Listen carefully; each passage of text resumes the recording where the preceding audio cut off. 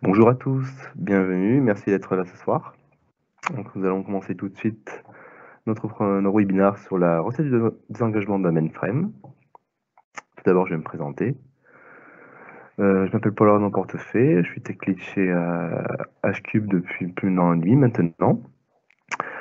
Pour modérer ce webinaire, je vais être accompagné de Benoît Bernardin, c'est lui qui recueillera vos questions lorsque vous poserez dans le chat et qui me les transmettra par la suite.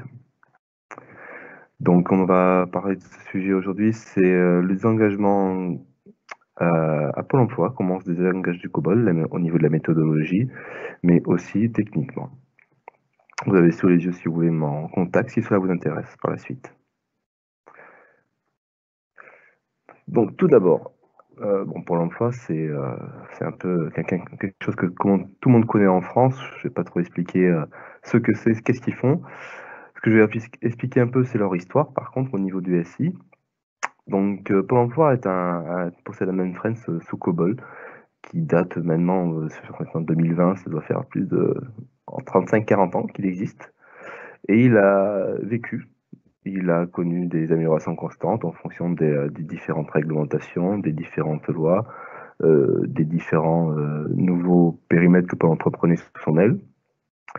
Mais malheureusement, il n'est pas tout jeune et on arrive à une limite à la fois technique et surtout technique, à vrai dire, où on ne peut plus faire certaines choses.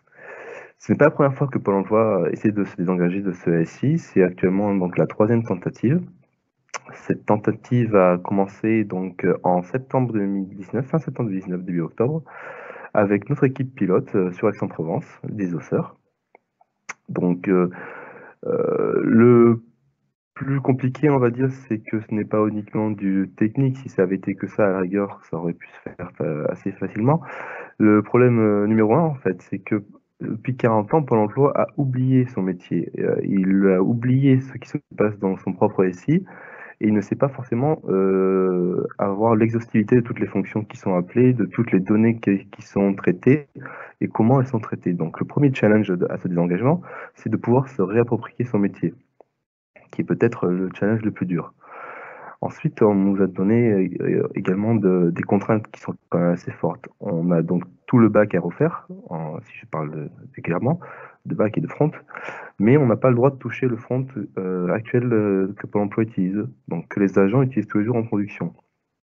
C'est-à-dire pas de modification du coup du contrat d'interface entre ce back et ce front.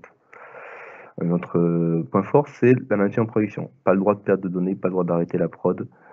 C'est très important. Imaginez que si vous faisiez un entretien, par exemple, qui est dans notre domaine fonctionnel chez les osseurs, les entretiens, si votre entretien est perdu et que vous êtes radié Pôle emploi, à la fin du mois, vous allez faire la gueule. Et ensuite, dernier point, c'est que Pôle emploi a choisi la société Pivotal pour les accompagner au point de vue technique et méthodologique. Et je vous en parlerai par la suite. Donc les contraintes qui nous ont été données dès le début, en fait, donc pour ces migrations techniques, c'est la première chose, c'est d'avoir des perfs égales. Des perfs égales au COBOL qui sont quand même des perfs assez très bonnes, si je peux parler comme ça. Il n'y a pas à rougir. Deuxième contrainte numéro 1, c'est de lever pas mal de verrous techniques. Donc je vous parlais que Pôle emploi arrive avec le COBOL à une saturation technique, c'est notamment le cas avec la base de données. Il y a deux différentes bases de données qui sont utilisées, une base de données hiérarchique et une base de données relationnelle. Et dans l'une comme l'autre, en fait, on arrive à des saturations au niveau de la volumétrie de données. Ils sont obligés de vider leurs données régulièrement pour faire place à de nouvelles, mais aussi dans les schémas des bases de données qui deviennent impossibles à agrandir. Donc si une nouvelle loi arrive où on demande de stocker une nouvelle donnée, ben, ça c'est difficile. Donc c'est quand même problématique. Ensuite, le choix de Pôle emploi s'est porté sur le cloud privé. Donc, ils ne voulaient pas passer sur le cloud public, mais ils voulaient faire un cloud privé. Donc, ils ont des data centers à Montpellier, et c'est là-dessus qu'ils vont tourner leur cloud privé. Et donc, pour ce cloud privé, ils ont choisi la solution de la société Pivotal, Cloud Foundry, qui va permettre d'interagir en fait et de disposer de fonctionnalités cloud, mais sur un cloud privé. Donc la migration va se faire sur des microservices Spring, donc une architecture moderne événementielle, là où actuellement on est sur une architecture plutôt temps réel, avec tout fait dans une intégration. Alors, ce qu'il faut savoir, avec la solution Cloud Foundry de Pivotal, qui au passage a été changée, a été rachetée fin 2019, oui, fin 2019, début 2020, par la société VMware. Donc la solution a changé de nom, maintenant elle s'appelle VMware Tanzu. Donc dans une architecture classique, lorsque vous avez des baies dans vos locaux, par exemple, vous allez devoir tout gérer, que ce soit le réseau, que ce soit le stockage des machines, les serveurs, leur virtualisation, les OS sur lesquels ça tourne, tous les logiciels que vous pouvez installer par la suite, l'exécution de votre serveur, par exemple d'une application, les données que vous avez à traiter et l'application elle-même, bien sûr. Ce qui a été introduit donc avec les providers cloud tels que Azure, AWS, Google Cloud, etc., c'est que toute la partie basse, couche basse, n'est plus à gérer. On ne gère plus que ce qui est les middleware, donc les différents logiciels qu'on veut installer sur sa machine lorsque des bases de données, des messageries, etc. L'exécution de l'OS, donc les données et l'application elle-même.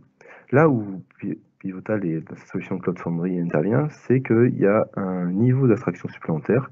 Du coup, on n'a plus à gérer que la partie application data. On va plus devoir gérer la partie différents petits logiciels installés, des bases de données, des messageries, puisqu'ils sont mis à disposition à la demande. On ne gère plus l'exécution, donc la réunion de logs, la métrologie, tout ça, c'est fait automatiquement par la solution. Donc, vous êtes partir donc, sur la méthodologie. Donc, vous avez tous peut-être entendu parler de Lean. Lean, ça a été créé en 1972 à peu près par Toyota, donc un constructeur automobile japonais, afin de pouvoir éradiquer 3 démons, comme ils les appelaient. Donc, en japonais, bien dit, on va dire. Muda, donc c'est le gaspillage, les différents gaspillages qu'il peut y avoir dans une chaîne de production. Muri, les excès, la surcharge de travail par les différents processus inadaptés, un poste de travail qui n'est pas adapté à une personne ou à ce qu'il doit faire, par exemple. Et Mura, l'irrégularité. L'irrégularité, donc un poste de travail qui va planter, une chaîne qui va s'arrêter pour X ou X raison parce qu'une machine ne marche plus, etc. Donc tout ça, ça a été retranscrit à l'IT sous une forme un peu différente, bien sûr, puisqu'on n'est pas dans le montage de chaînes automobiles. Et différentes manières que je vais vous énoncer et surtout comment on les a appliquées à Pôle emploi. Donc, le premier point qui est peut-être le plus important, en tout cas pour moi, c'est la responsabilisation des équipes. Une équipe, telle qu'on l'est chez nous, elle est composée de business analysts qui vont s'occuper d'analyser le métier, donc de faire de l'archéologie, de Indiana Jones du COBOL, pour rechercher tous les règles métiers, comment elles marchent, qu'est-ce qu'il faut appeler comme base de données, etc. Le project manager qui va s'occuper de la communication avec les autres équipes potentielles, on va dire le bon déroulement quotidien de l'équipe, les ops et les développeurs. Au niveau des cérémonies, parce que ça se rapproche de l'agile, si vous avez fait du Scrum, en fait, c'est assez proche. Vous allez retrouver le daily comme en Scrum, la sprint review et la rétrospective. Là où ça va différer, c'est que là où dans Scrum, on a un seul sprint planning, nous, on va retrouver 2 versions. Ça s'appelle l'IPM, Iteration Planning Meeting. Et donc, il y a un pré-IPM et un IPM. À quoi ça sert? Donc, l'IPM va servir, le pré-IPM qui arrive en premier, va servir à dégrossir les stories, si elles ont besoin d'affinage fonctionnel ou technique, à les chiffrer. Et le lendemain, l'IPM va être là pour choisir les stories qu'on va embarquer dans notre backlog de la semaine sur notre sprint hebdomadaire. Là aussi, ce qui est important pour Pôle emploi, c'est qu'il faut faire de l'ISO intelligent. L'ISO intelligent, je vous en parlais plus tôt, chez Pôle emploi, il y a un historique qui est quand même très lourd. Plus de 30 ans de règles métiers, de l'évolution réglementaire, et on sait qu'en France, on aime bien faire des lois. Donc imaginez lorsqu'elles sont retrouvées tous dans un SI et qu'elles perdurent depuis plusieurs dizaines d'années. Donc ce qu'on veut faire, c'est séparer le bon grain de l'ivraie, c'est garder les règles qui sont intéressantes, qui sont encore utilisées, de celles qui sont caduques ou qui ne sont pas utilisées. Une règle qui n'est pas utilisée, c'est par exemple en production, un entretien dans notre cas, qui n'a pas été fait depuis 5-10 ans, ou un entretien qui est fait une fois par an. On se demande, est-ce que c'est vraiment intéressant de le migrer? Ça va coûter cher, faudra peut-être faire des codes spécifiques pour celui-ci, mais fonctionnellement, il sert à rien.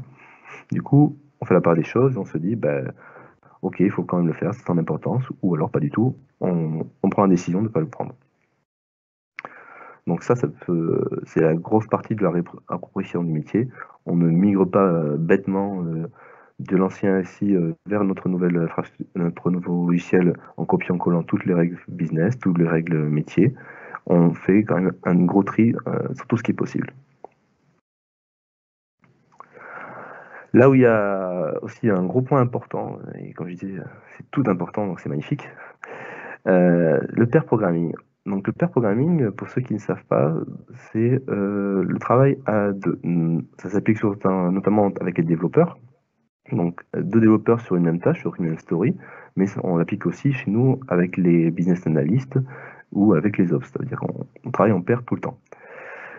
Donc c'est là où la méthodologie Pétal s'est aussi appliquée, c'est que eux ont pour habitude de travailler tout le temps en pair programming. Donc je vous laisse imaginer, lorsque vous êtes un développeur et que vous avez toujours travaillé seul dans votre coin et qu'un beau jour on vous dit tu vas travailler avec un copain toute la journée, 8 heures par jour, 5 jours sur 7, c'est pas facile tout le temps. La transition est compliquée. Là où c'est intéressant, le pair programming, c'est que ça va permettre plusieurs choses. Ça va permettre d'améliorer la qualité du code parce que on va être deux à regarder le code, deux à penser le code. Là où ça va aussi bien, c'est que comme on est deux sur une même tâche, on réfléchit aussi peut-être un peu plus vite, on s'aide l'un de l'autre. Et là aussi, où on va rajouter de la valeur au pair programming, c'est qu'on va le faire en TDD. Nous, on est en 100% de TDD toutes nos stories. Donc le TDD, pour ceux qui ne savent pas, c'est le développement par les tests. Ça veut dire qu'on va d'abord rédiger le test et ensuite coder le code qui lui correspond. Là où c'est intéressant avec le pair programming, c'est que il va y avoir un développeur qui va rédiger le test et l'autre développeur qui va rédiger le code. Et lorsque les tests passent, ils tournent, c'est l'autre qui développe le code et l'autre qui développe le test. Ça permet d'avoir un peu de jeu dans le quotidien, de s'amuser en apprenant. Le TDD et le pair programming, du coup, c'est génial. On améliore la qualité du code, on fait moins de bugs, puisque du coup, on est deux à regarder le code et à travailler dessus en même temps. On a surtout aussi un gros point important au niveau fonctionnel, c'est une montée en compétences constante sur le métier.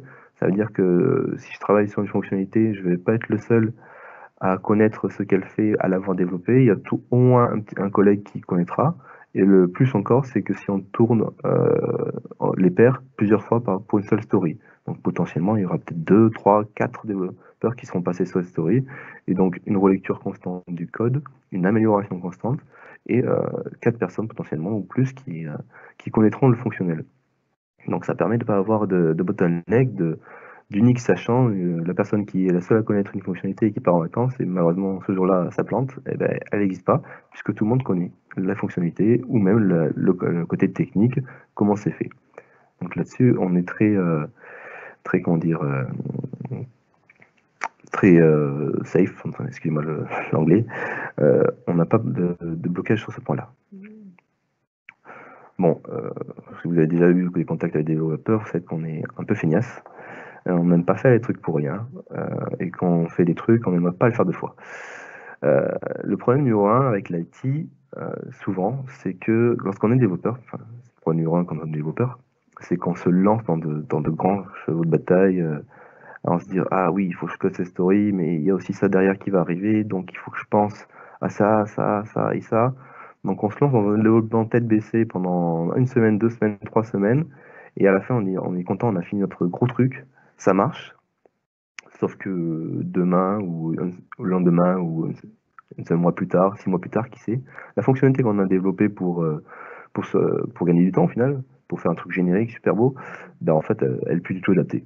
Donc en fait on a perdu notre temps, on a perdu de l'argent entre guillemets, pas le nôtre, mais celui de la boîte. Et du coup c'est plus adapté. Donc la morale dans cette histoire, c'est il faut faire les développements uniquement au moment où on en a besoin. Lorsqu'on va nous demander une story, nous, on va coder la story telle qu'elle est écrite. On va pas faire de plan sur la comète en codant des trucs potentiellement à venir dans un mois, dans 2 mois. On les recodera plus tard, on refactorera notre code. On a derrière nous du TDD, on a un pair programming, donc il y a d'autres personnes qui sont capables de savoir ce qui s'est passé sur ce code. Donc on est serein pour tout faire ça. Donc on fera les choses au moment voulu. Et là-dessus, en fait, on gagne en vélocité et on gagne surtout en qualité. Là où ça va faire grincer les dents un peu, c'est la livraison continue. Notre stratégie à Pôle emploi, c'est de livrer vite. Quand je parle livrer vite, ça veut dire que je vais développer une story, si je la finis dans la journée, pardon, excuse-moi, 10 minutes plus tard, elle est en recette. Comment ça se fait que je peux livrer aussi vite? C'est-à-dire qu'on a mis en place beaucoup de méthodologies. On a les TDD qui nous couvrent notre test quasiment 100% chez nous. On est allez, sans être marseillais à 96% de tests, de couverture de tests. On a également mis en place des pipelines, c'est-à-dire des jobs qui vont à chaque commit rebugler le projet, refaire passer tous les tests, refaire passer les différentes intégrations, livrer automatiquement les différents environnements de recettes, et tout ça de façon transparente pour l'utilisateur qui peut être dessus, avec d'autres méthodologies telles que le blue green déploiement. C'est-à-dire qu'on va livrer une nouvelle version, et pour pas interrompre le service, on laisse l'ancienne version en cours et on fait la migration petit à petit sur la nouvelle version. Comme ça, il n'y a pas d'interruption de service. Là encore, ce que ça représente, cette genre de méthodologie, c'est la confiance en l'équipe. L'équipe est confiante sur ses processus, elle sait que ses tests sont bien faits, que ce qu'elle a codé, il y a très peu de régression et que ça passe bien. 2 secondes, je bois un petit coup.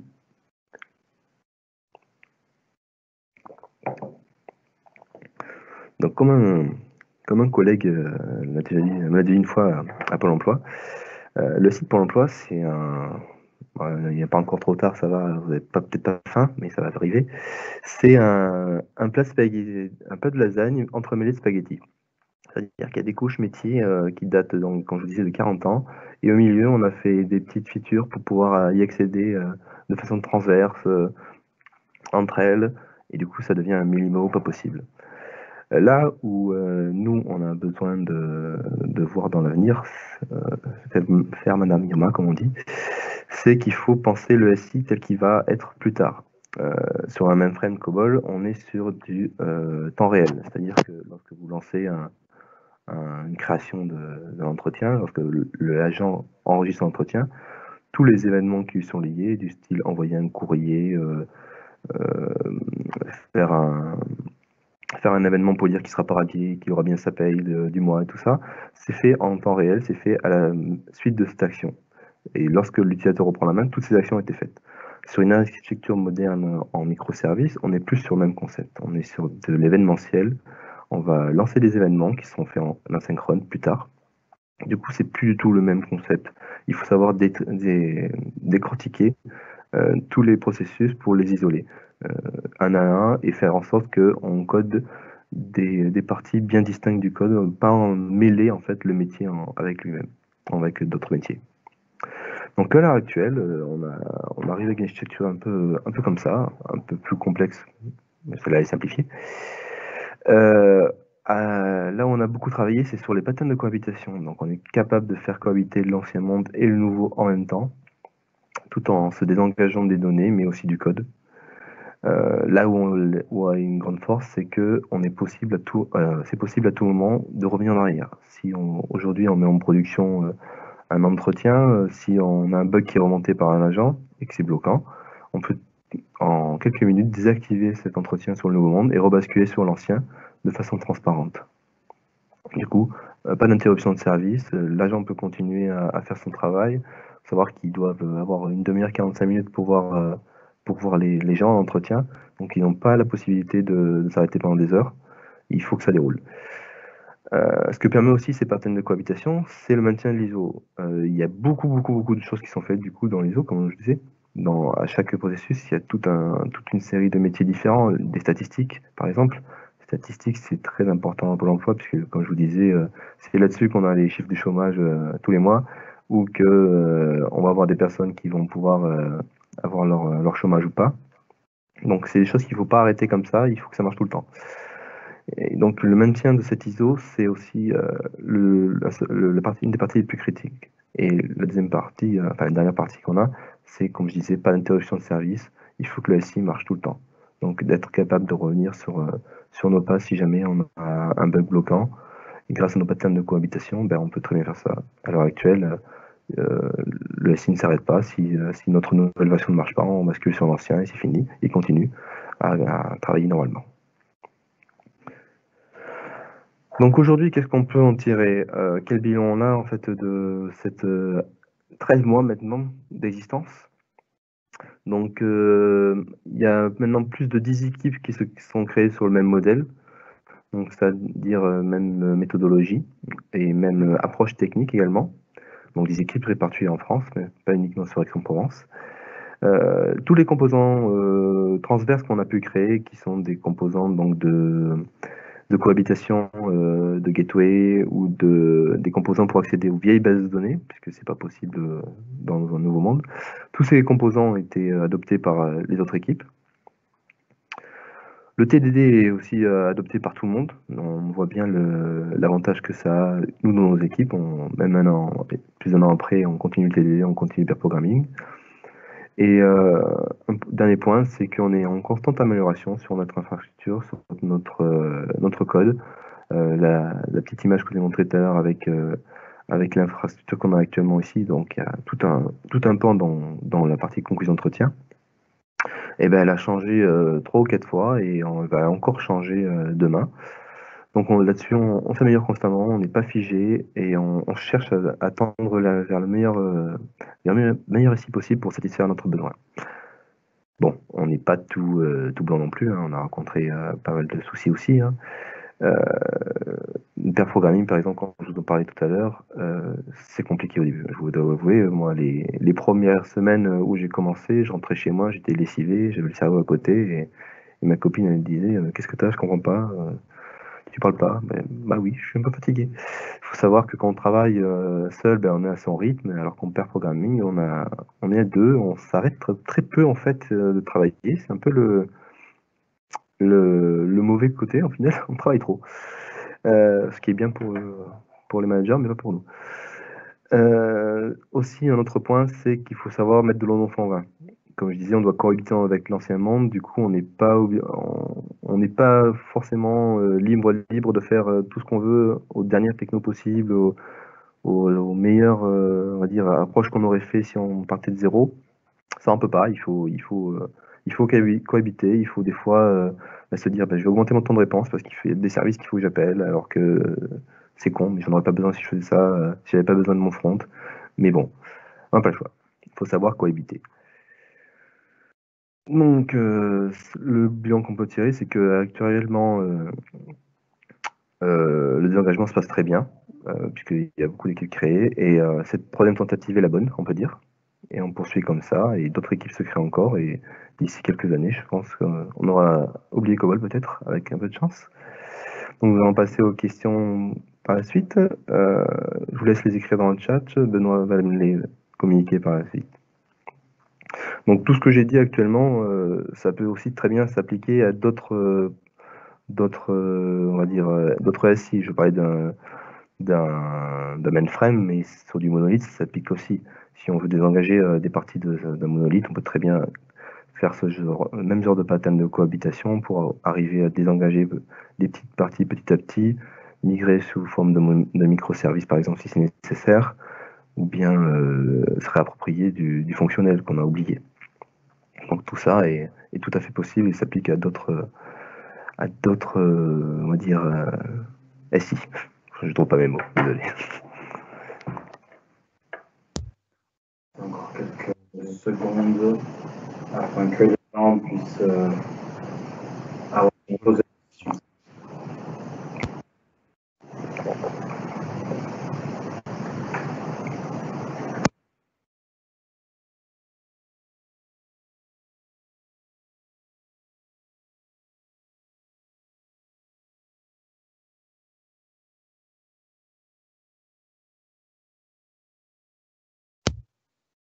Alors, une question.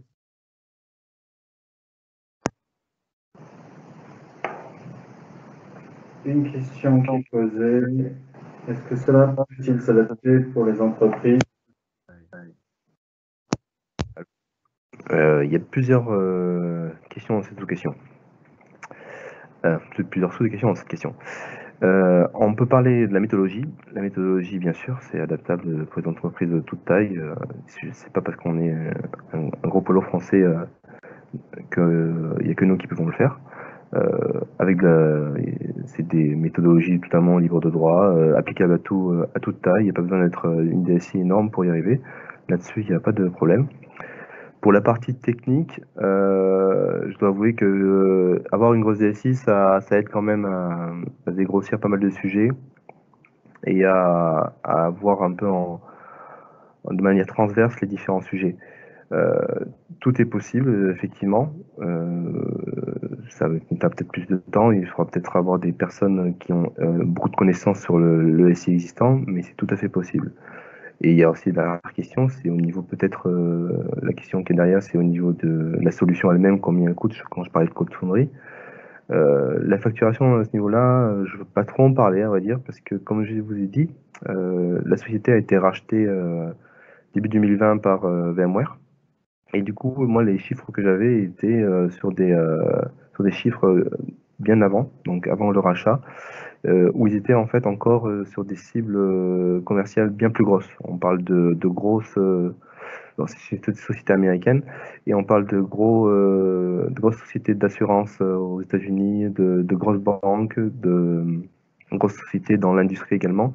Donc le modèle n'était pas celui recherché dans des entreprises de taille intermédiaire ou petite, mais je sais qu'ils ont évolué là-dessus, justement, et que c'était leur souhait d'évoluer pour s'ouvrir à un plus grand public. Suivant.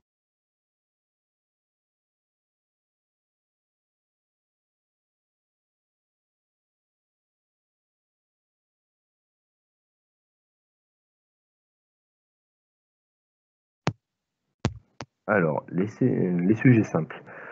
Faut dire, c'est vrai que lorsqu'on a une fonctionnalité à coder qui est, on va dire, assez simple, le pair programming a une valeur un peu moindre. Là où il garde sa valeur, c'est que votre développeur ne sera pas le seul à connaître cette partie-là. Il y aura une montée en compétences d'autres personnes sur ce sujet, que ce soit au niveau fonctionnel ou au niveau technique. Euh, on parle de pair programming, on se dit tout de suite, il y a deux personnes sur la même tâche, ben, au final, 1 plus 1, 2, ça coûte 2 fois plus cher. Oui et non. Oui, à l'instant T, ça coûte plus cher, ça c'est certain, puisqu'on double les personnes sur une même tâche. Sauf que on va introduire moins de bugs, comme j'en parlais, la qualité du code est bien plus importante. Si vous voulez un exemple, actuellement on est en production sur 3 entretiens différents. On a eu 2 bugs qui nous ont été remontés, 2-3 bugs, et les 2-3 bugs qui nous ont été remontés, c'est uniquement des bugs d'oubli fonctionnel. Donc aucune régression technique par exemple, et ça c'est en partie à mettre comment dire, j'ai laissé l'expression, pardon. C'est en partie grâce au pair programming, car on fait de la relecture constante, on introduit moins de bugs, plus de qualité. Mais c'est vrai que je suis d'accord avec vous, si on a une fonctionnalité simple à développer, c'est moins intéressant. Je sais qu'il y a des équipes qui ne font pas du full pair programming, qui font du pair programming uniquement sur des grosses fonctionnalités, et ils s'en sortent aussi très bien. Et ouais, Benoît, tu peux me rappeler la deuxième partie de la question? Tout à fait. Comment sont gérés les conflits entre les développeurs avec du full pair programming? Ouais, ça, c'est un sujet aussi sensible. Je dois avouer que ça m'est aussi arrivé. Là-dessus, à des fins de journée, des fois, on était content de quitter le bureau. Ben, en fait, tout simplement par le fait de tourner.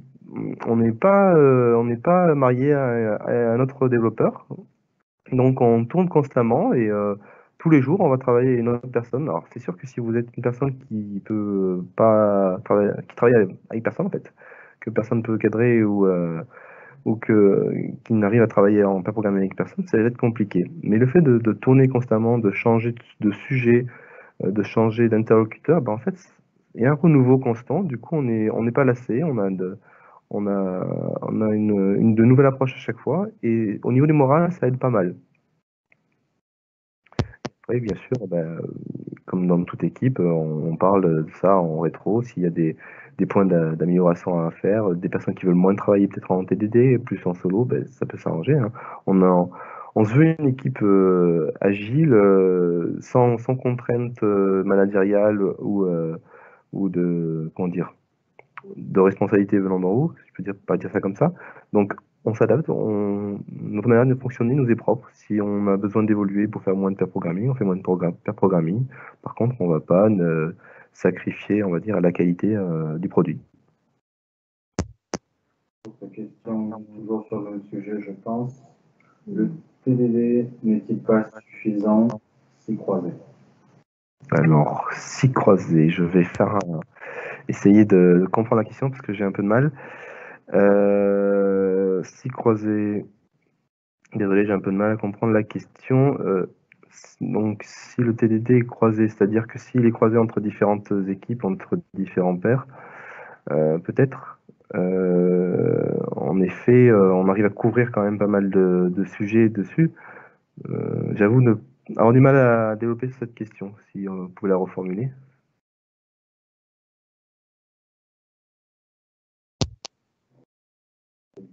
On a un petit décalage.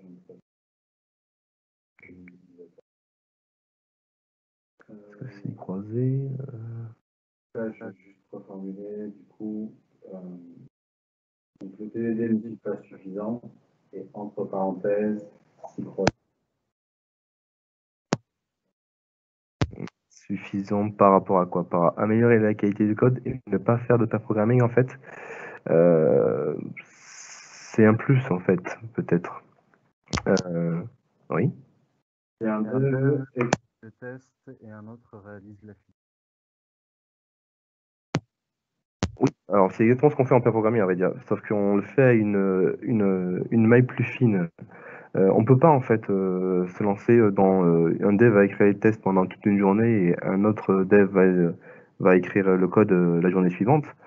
Ça me rappelle fortement un cycle en V, ça. Et on sait assez bien d'expérience que le cycle en V, ça ne marche pas forcément. Donc en fait, ce qu'on fait, c'est qu'on fait ça effectivement, mais à une échelle beaucoup plus petite en pair programming. Une personne écrit un test en 5-10 minutes et on écrit le code en 5-10 minutes et on tourne. Mais il n'y a pas de grande phase d'écriture de test pour ensuite de grandes phases d'écriture de code. du coup, je vais essayer de le reformuler. Le TDD n'est-il pas suffisant? Si un des écrits test et un autre. Je pense que c'était ça, du coup, par rapport au pair programming. Donc, du coup, je pense que là-dessus, j'ai répondu à la question. On ne peut pas, en fait, enfin, pour moi, c'est du même acabit de se dire, je vais faire mes specs pendant 2 ans et ensuite me lancer dans le développement. On voit très bien que ça ne marche pas en IT et que plus en plus d'équipes, l'agilité, depuis plusieurs années, une dizaine d'années, grossit dans les, euh, dans les entreprises. C'est parce que ça fonctionne. On fait une fonctionnalité, euh, on l'écrit de façon smart, très petite, pour la développer et la montrer. Là, si on travaille de manière suivante, je vois beaucoup de cas en fait que je fais moi-même, hein, où on va écrire un test et ensuite on va décoder le lendemain par exemple et arriver à du test qui devrait être changé parce que un gros point dans le TDD, ça reste le refacto. C'est pas un gros mot, certains peuvent le voir comme ça, mais en fait, à chaque fois qu'on va écrire un test, puis écrire le code derrière, on aura aussi une étape de refacto. Ça veut dire qu'on va enlever du code qui ne sert à rien, euh, simplifier la logique, et potentiellement, on va arriver à simplifier la logique aussi au niveau des tests. Une chose toute bête, là où on aurait pu avoir une spécification qui nous demande d'appeler deux web services, en quand en codant qu'au final, on peut les appeler en une seule fois sur un seul web service parce qu'on a une donnée à la même dedans, ou bien on peut faire des appels concurrents, ou bien c'est pas le bon moment de l'appeler. Enfin, il faut être agile et je pense que le fait d'être dans une optique de une personne écrit le test d'un seul coup, puis une personne écrit le code d'un seul coup, ça manque d'agilité. Il n'y a pas d'autres questions. Bon, merci à tous d'être venus à ce webinaire. Vous pourrez retrouver donc ce webinaire en replay sur le YouTube d'HCube. Je vous remercie d'être venu et au revoir et à la prochaine fois, j'espère.